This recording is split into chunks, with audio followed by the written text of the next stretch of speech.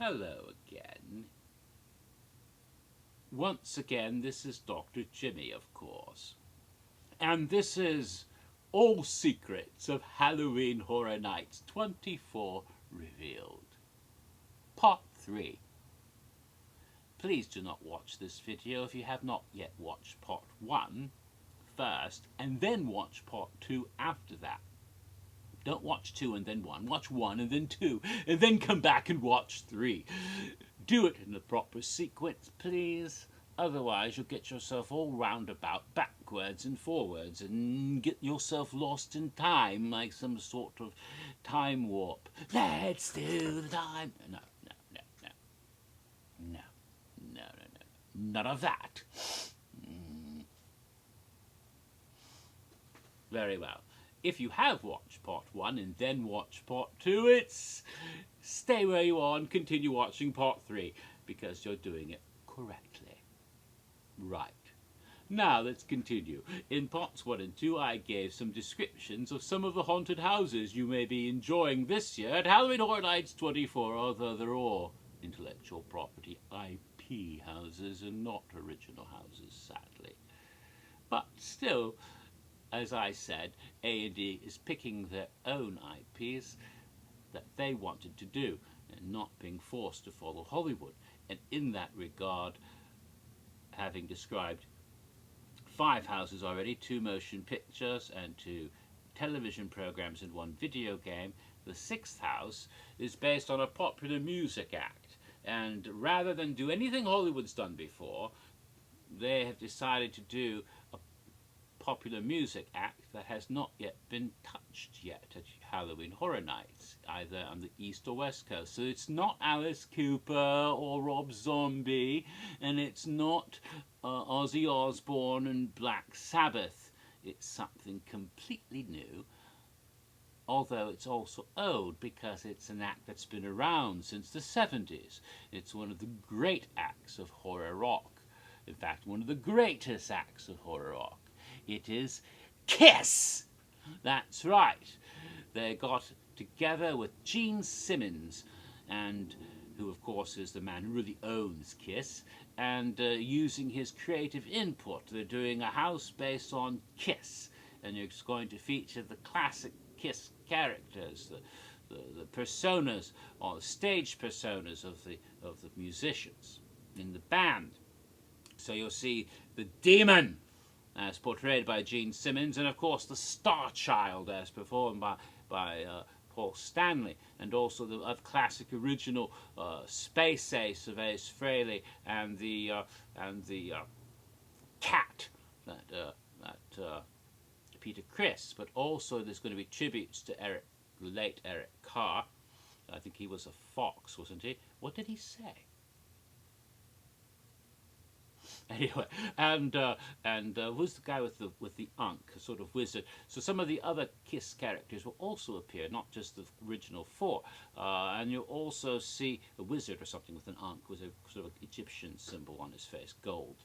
And you'll also see them engaged in a netherworld, a real heavy metal hell, and unlike Bill and Ted, this time, your album covers will not have lied to you, and you'll be in this terrible heavy metal underworld, like on the cover of Love Gun, with all those sexy women. Remember, there'll be stuff like that going on, and Dark Sinister, where the band members of Kiss and their super-powered Kiss personas will be battling against demonic forces of evil, and there'll be monstrous beasts and alien mutants and all sorts of horrific scenarios in there. It won't just be the Phantom of the Park. It won't be silly like that movie. It'll be quite horrific, and they intend to and there'll be blood flowing through the house, I can tell you, because of course that's always been a signature for Kiss, the blood that spewed from Gene's mouth. And remember the comic book from Marvel back in the 70s? If you're old like me, you remember that back in 1977, back when Star Wars came out. The very same day I saw Star Wars the first time, I bought the Kiss comic book on my way home. The red ink in the comic was actually Kiss's own blood. Well, not all of it. but they put a little bit of the blood and mixed it in from all 4 band members in with the red ink so that some of their blood might be in your comic book. They would actually make that blood sacrifice for your comic book pleasure. And their blood won't actually be in the house, but because they're old now and they can't afford to lose any of it. But nevertheless, there'll be blood flowing through the house. Fake blood, not real blood. And fire, of course. Just like you used to breathe fire on the stage. Better than there was in that Cindy house a few years ago. It'll be scary and exciting and heavy metal. And going to the house, you're going to want to rock and roll all night and party every day. I can tell you. Yes, indeed. I got too excited. Need some fizzy drink to wet my whistle. The 7th house this year is very different. Now, in the past couple of years, both Hollywood and Orlando, they've been trying to appeal to an increasingly growing demographic, which of course is the Spanish-speaking population. And they've done so in Orlando with The Forsaken, where they first had Spanish-speaking characters in some of the scenes, and even more so in Hollywood, where they had La Llorona for a couple of years, and then had her in a house, and then we had the house here last year as well. And in Hollywood, they had El Cocoy. So this is, and they had thought about doing a Chupacabra house a couple of years ago, but that got scrapped because they lost the building it was supposed to be in. For Transformers, we all know about that. So this is an idea which has been working quite well, and they want to continue with this. And this year they need to come up with an IP that would appeal to the Spanish-speaking populations, but at the same time not alienate the Anglo-Saxon English-speaking guest as well. And so they thought, what could they do? What horror franchise could they utilize? And they decided to go into an interesting direction. And this is a part of pop culture that hasn't been touched in Orlando. Although once, many years ago in Hollywood, it was touched. And that is and it's odd they haven't used it in Orlando, because for a long time they had a resource right there in the park they could have tied in, but they never did. What particular part of popular culture am I speaking of? Not movies or television or video games or popular music. What could it be? What?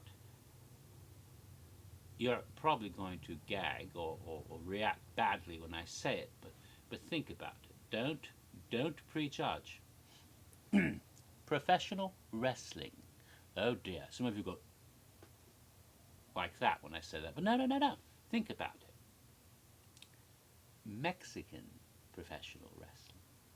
You know, the luchadora, where they wear the masks, you know, the scary masks, masked wrestlers.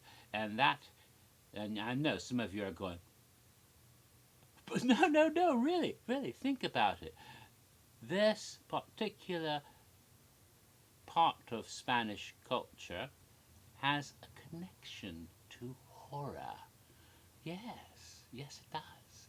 There were a long series of wonderful, a bit silly and perhaps a bit campy or over the top, definitely, motion pictures made, especially in the 50s and 60s, featuring some of the greatest of these luchadores, which featured monsters and were actually horror films.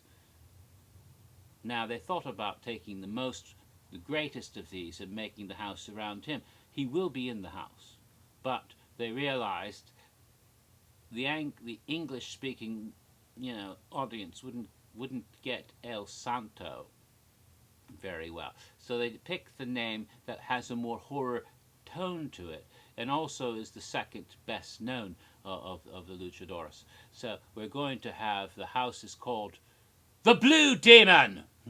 Yes, the Blue Demon, El Luchadores dos Diablos. This will be the name of the house, and it will feature the great Mexican wrestler, the Blue Demon, and El Santo, the man in the silver mask, the saint. Yes, both of them will be featured, these classic Mexican wrestling heroes of old days, and they'll be facing off against, just like in those movies, a bunch of horrific monsters.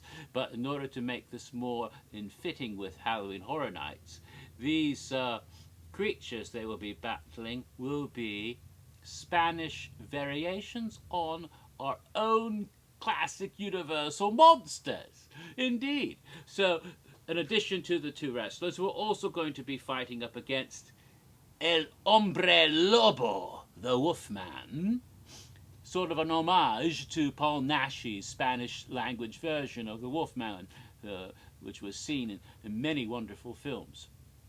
Go look them up. They're very good films. The Paul Nash werewolf movies. Hombre Lobo. And Conde Dracula. A different Spanish take on Dracula. Another variation of the great... and of course the Mummy. But in this one it'll be La Momia. And she, not he, yes, a female mummy that will be not an Egyptian mummy, but an Aztec princess brought back from the dead, reanimated as a horrific mummy. And so it's also keeping in line with the Aztec mummy women that have been seen in these great luchadora movies back in the 50s and 60s. And so they will be featured as the monsters in this house, along with the Blue Demon and El Santo as they fight against them. It'll be a tag team match in hell, basically, with this. It's quite fun. Yes. So, and it'll appeal to the Hispanic audience as well as to everybody else, because who doesn't love professional wrestlers in this creepy masks and all the wonderful monsters that are going to be in the house? It should be a delight. So, and it is, if not, it's an IP, but it's still pretty original. You gotta realize that. So that leaves us with one remaining house. Now, I have not mentioned something that I usually do in these April Fool gags. If they are gags, maybe they're not. I haven't told you where any of these houses are going to be. I haven't said. And you know why? Because they didn't tell me. That's right. I'm not sitting here pretending I know everything, because I don't know everything, because they only gave me so much information. So, I don't know exactly which soundstage is going to be used, or which houses will be in soundstage, or which one's going to be in Disaster, and which one's going to be in Sprung Tents, or wherever. Because they didn't give me that information. I know it's going to be at Universal Studios Florida, and not Islands of Adventure at all. Only in the studios. I know that. But the exact location for the houses has not been given me. I'll have to wait till the permits come out like everybody else.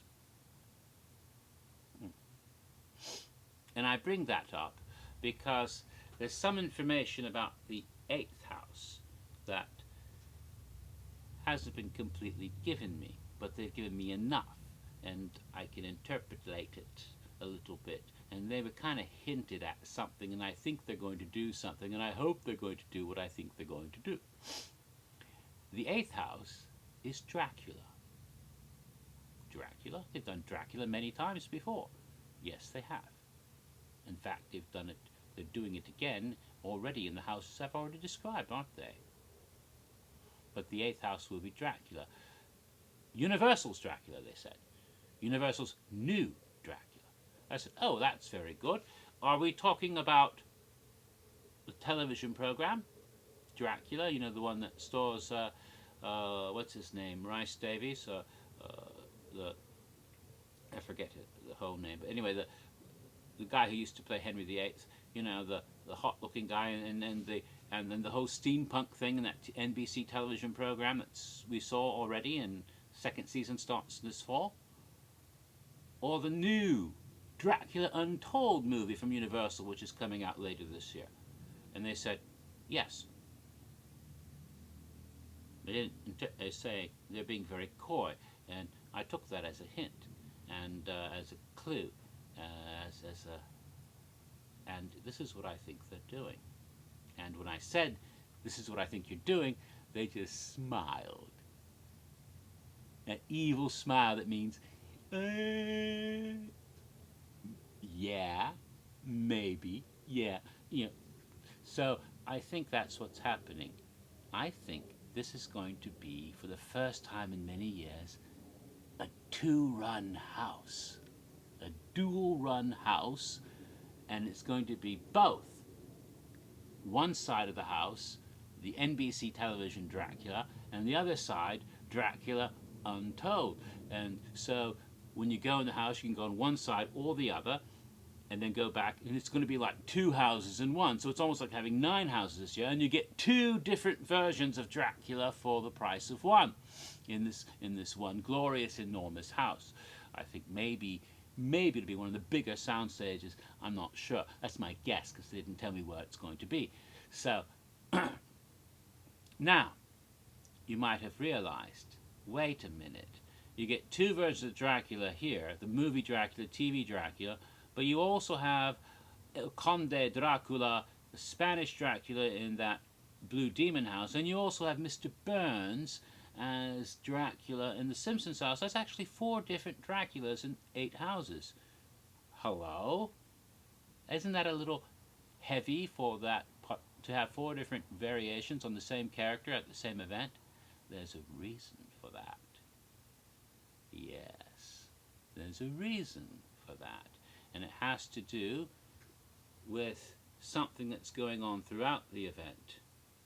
And it has a little bit to do with the scare zones, or rather, street experiences, hate that term, for this year, which sadly, they were not given the permission to choose their own IP for. No, for the streets, they were told what they had to do. But at least it's not The Walking Dead. And we'll get to that in the next part of my Secrets of Halloween Horror Nights 24 Revealed.